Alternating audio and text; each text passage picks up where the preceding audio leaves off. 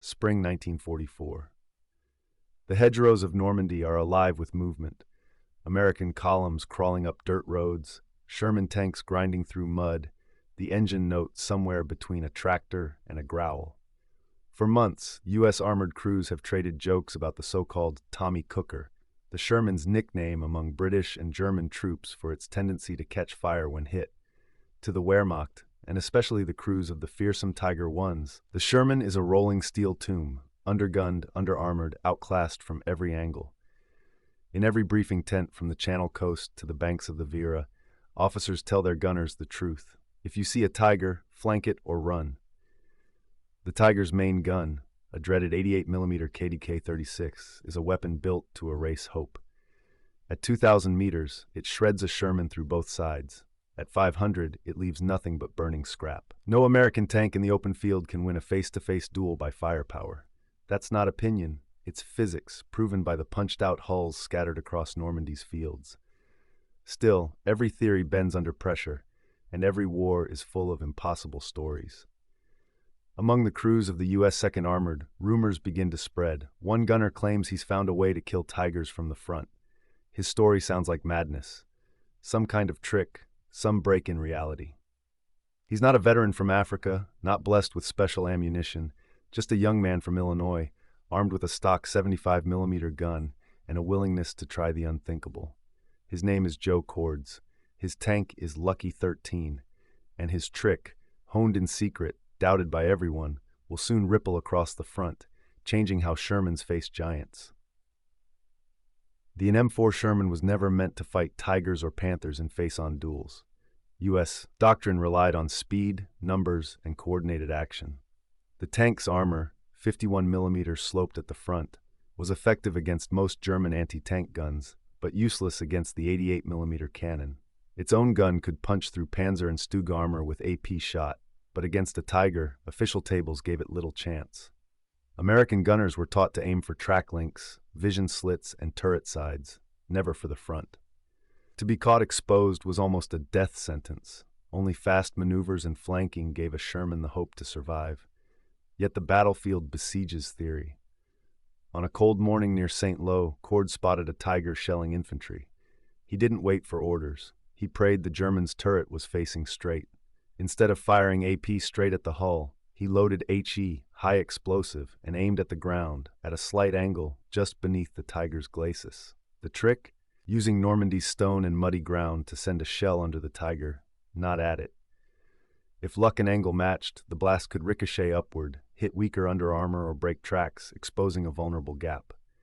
It was a gamble. Most experts said the HE shell would just disperse.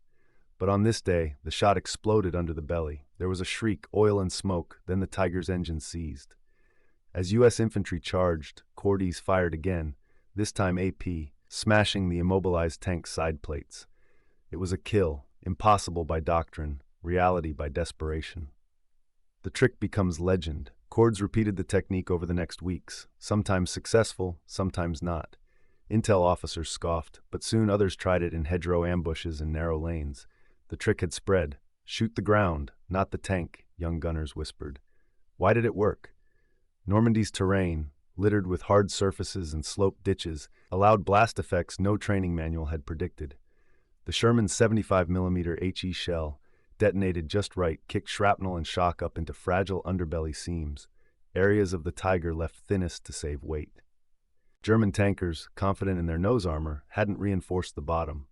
U.S. gunners exploited this oversight, turning physics against the enemy.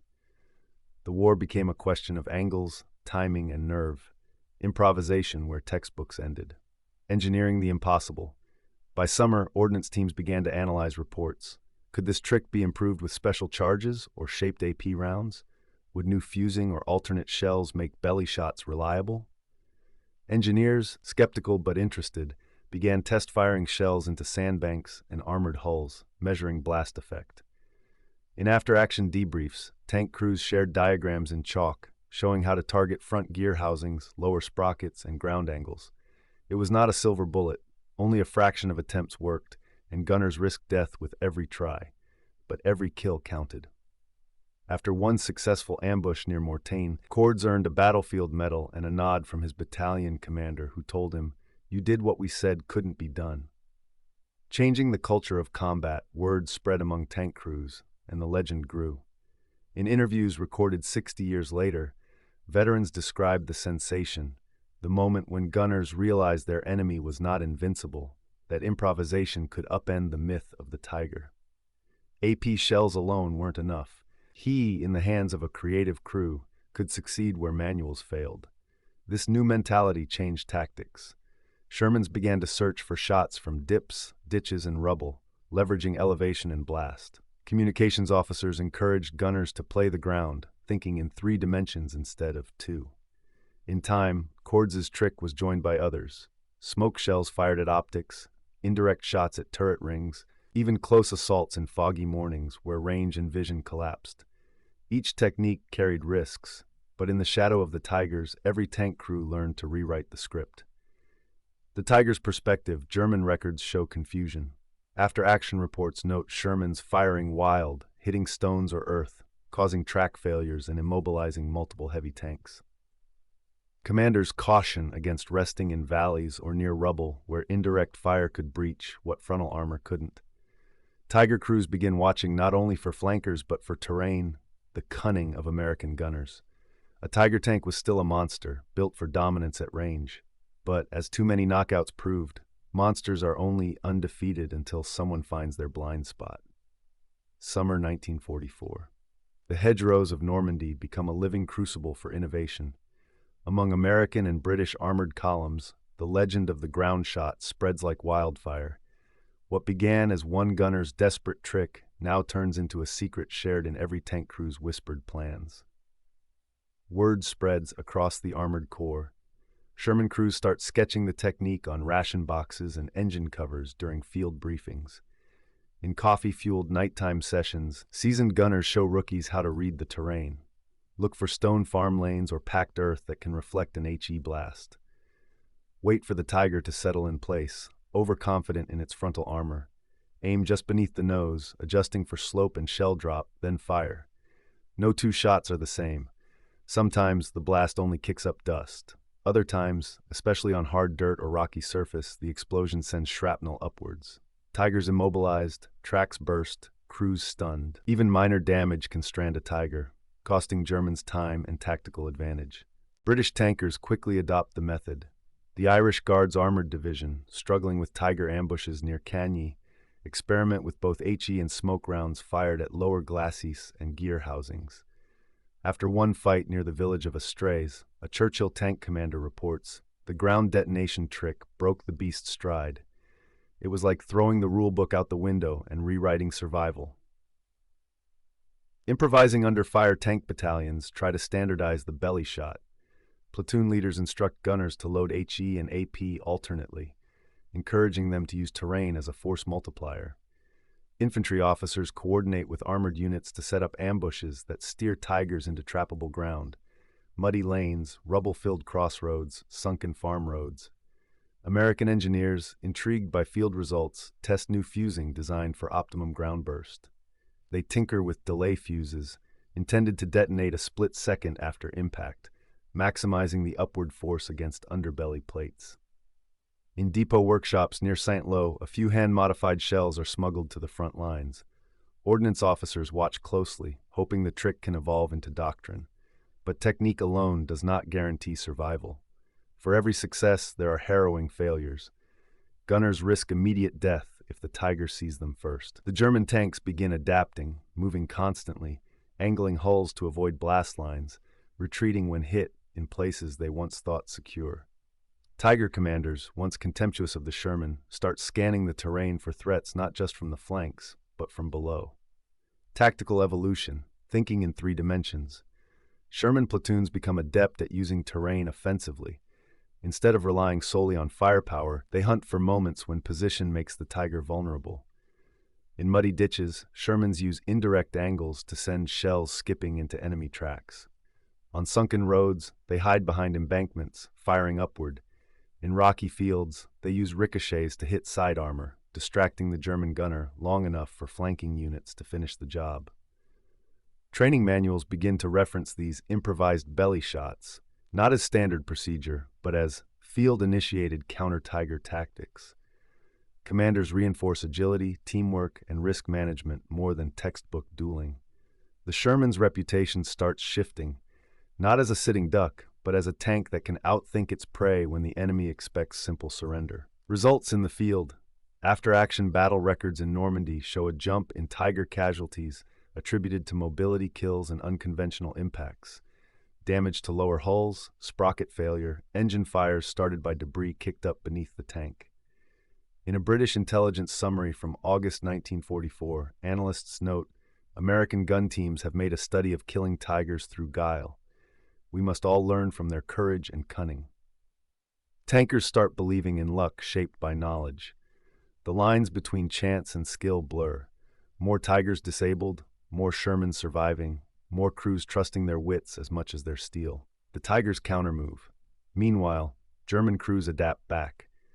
Tiger platoons receive orders to keep hulls angled, avoid hard roads, retreat out of reach, and use support vehicles to clear obstacles and resupply quickly.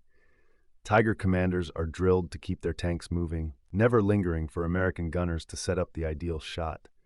The duel grows fiercer. For every Tiger killed, 5 Shermans may be lost, but the tactical landscape has changed.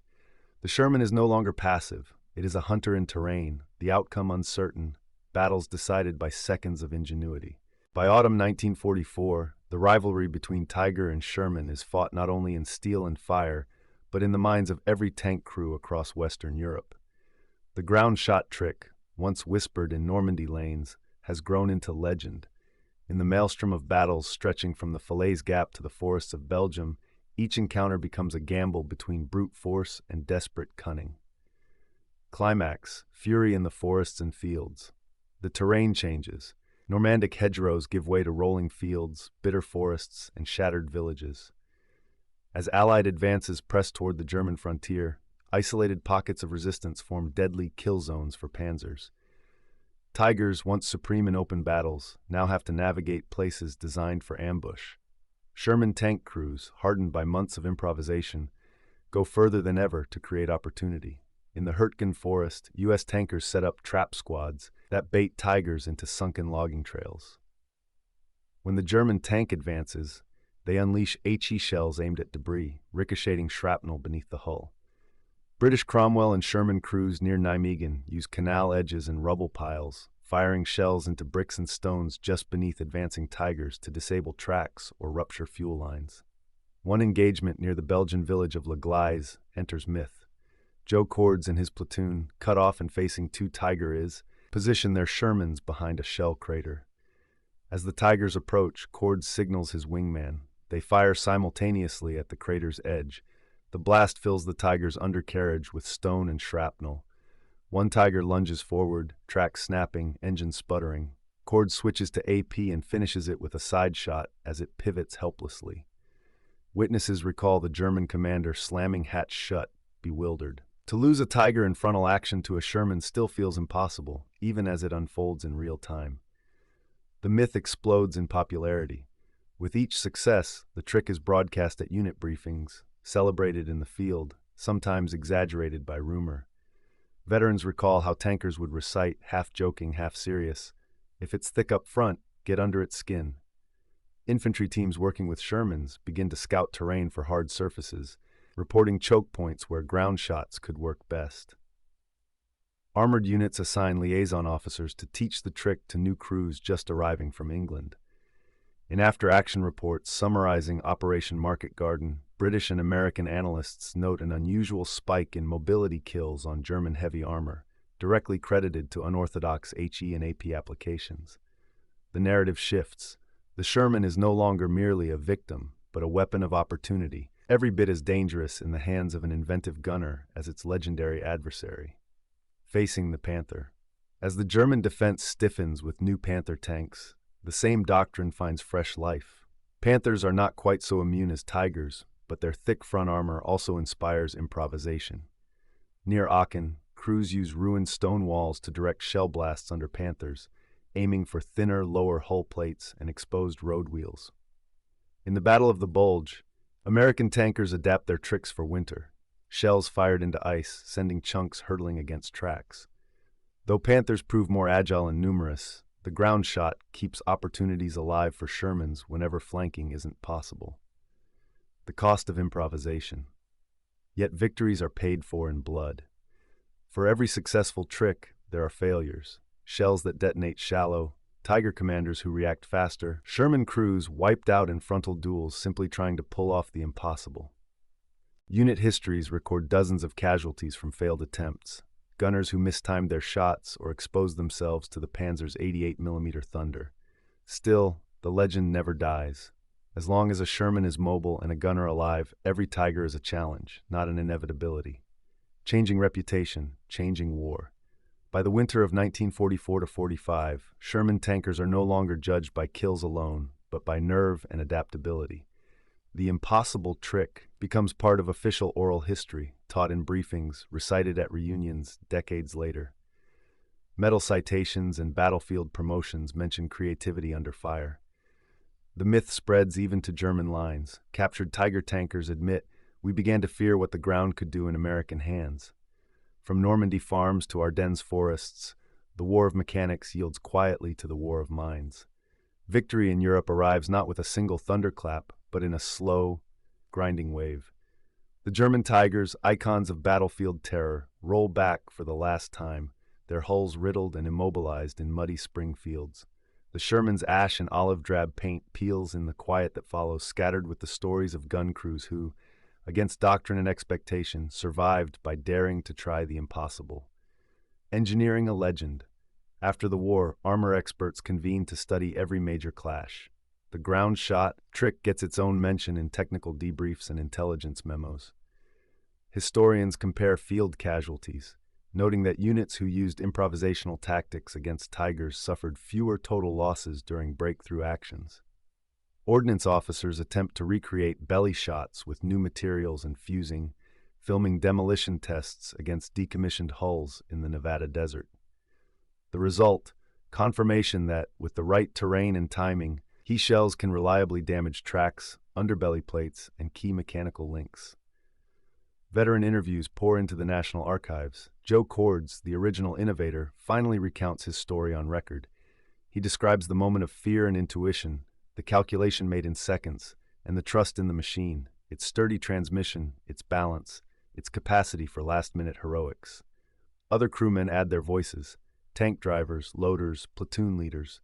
Their accounts share a sentiment found in battlefield folklore, the realization that surviving the Tiger's wrath was never a guarantee, but always a test of daring, quick thinking, and teamwork. The myth transforming into doctrine. Post-war armored doctrine worldwide adapts. The U.S. Army invests in developing more flexible ammunition, variable fused shells that can be set to detonate on impact, delay, or airburst, making improvised tricks part of official instruction. British and American tank schools include terrain shots and blast manipulation in close quarters training, teaching crews not only how to flank, but how to play the odds when flanking is impossible. The M4 Sherman itself becomes a symbol in museums, not only of mass production, but of adaptation. Plaques at memorials mention creative tactics in the face of adversity. Models on display feature chalk marks and dented fenders, physical echoes of the dozens of gunner-originated improvisations that changed lives in battles. Public perception and popular culture.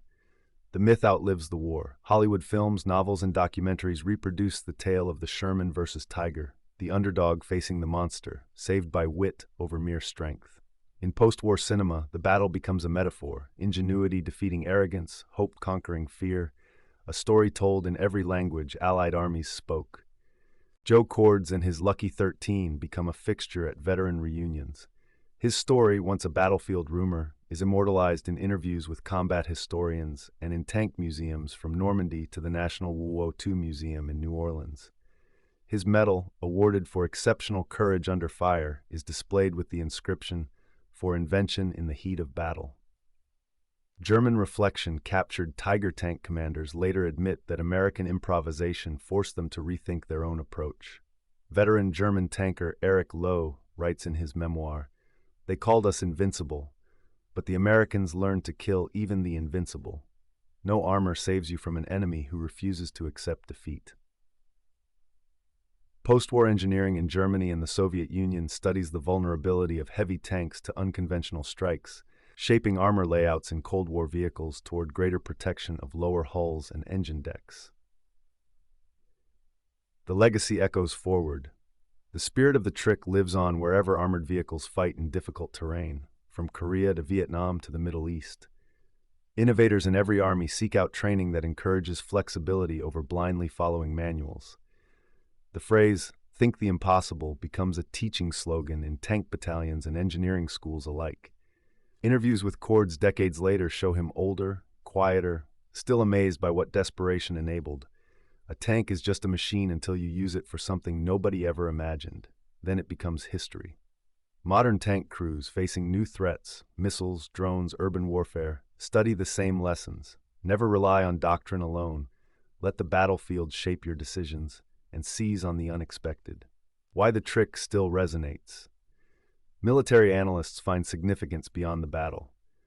The impossible trick stands as proof that every advantage can be made vulnerable, and every weakness can be turned into opportunity by human skill. It's a challenge passed from gunner to gunner.